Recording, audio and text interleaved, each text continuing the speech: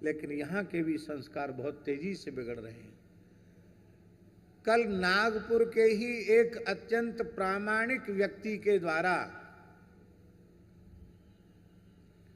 ये बात हमको पहली बार सुनने के लिए मिली तो हमारे मन में बहुत पीड़ा हुई।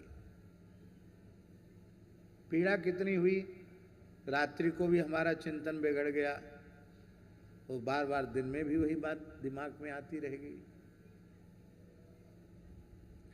यहीं के एक प्रामाणिक व्यक्ति ने कहा, महाराज जी, अमीर परिवारों में फैशन हो गया है बाजार में देर रात तक घूमना, पार्टी में जाना और शराब पीना, मांस खाना, वहीं अपना जन्म मनाना, वहीं अपने विवाह का क्या कहते हैं, विवाह की वर्षगांठ वो मनाना, वहीं जन्म मनाना।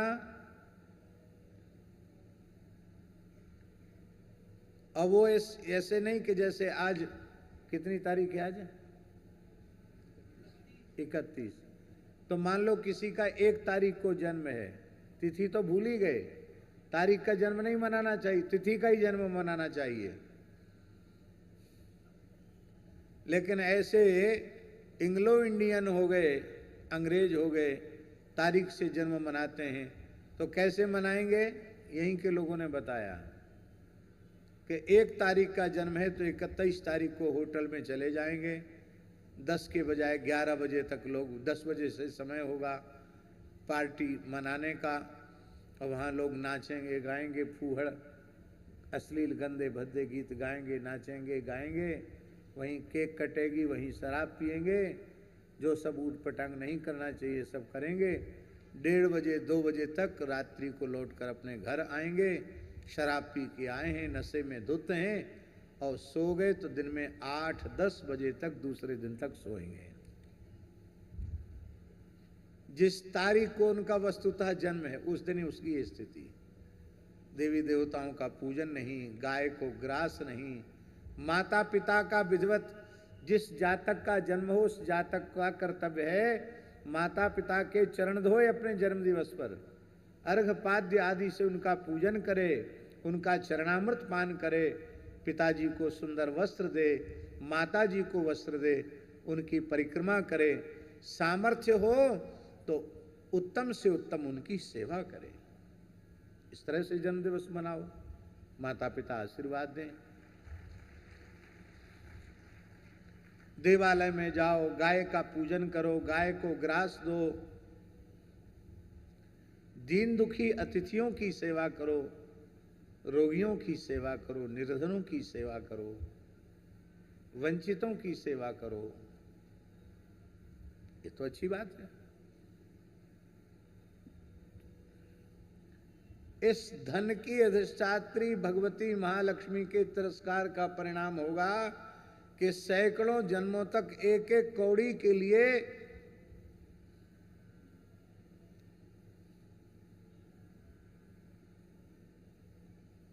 तड़फना पड़ेगा। एक भगवत प्राप्त सिद्ध पुरुष ने हमसे कहा, स्वामी जी, ये जो भीख मांगते हुए डोल रहे हैं इनको पहचानते हैं? हमने कहा हाँ, भिखारी। स्वामी संपूर्णानंद जी की बात।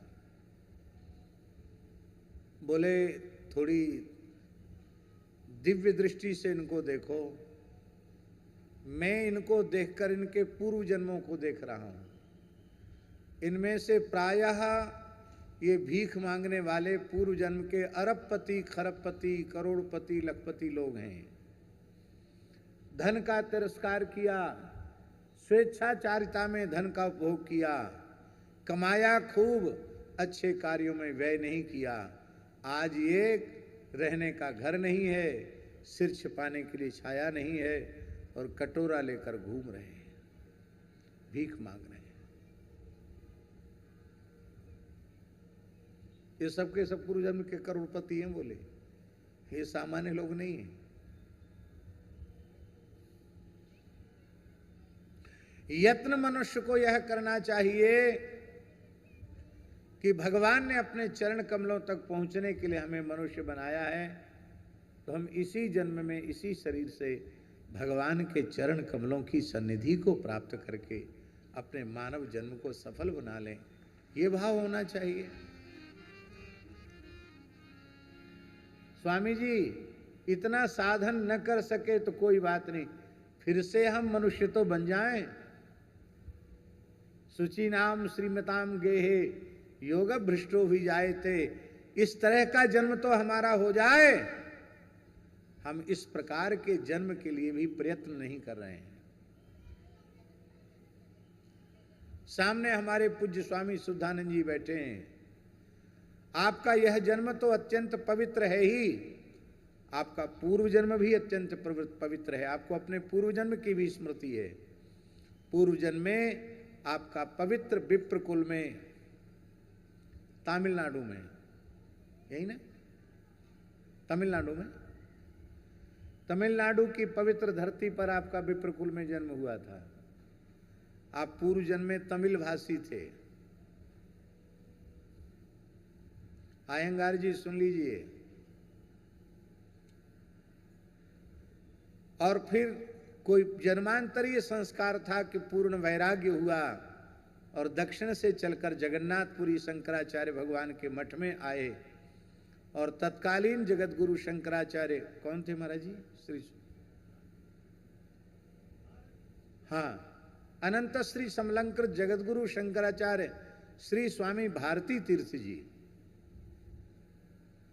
भारती तीर्थ जी से आपने विधिवत दीक्षा ग्रहण की और इस जन्म में आपके जो गुरुदेव थे उनसे आपने उस जन्म में क्रियायोग की दीक्षा प्राप्त की और फिर आपके द्वारा भगवान को कुछ सेवा लेनी थी, क्रियायोग का प्रचार प्रसार करना था, गुरु महाराज को सेवा लेनी थी, तो आपको दूसरा जन्म उड़ीसा की पवित्र धरती पर कान्यकुब्ज विप्रकुल में आपको फिर से जन्म मिल गया।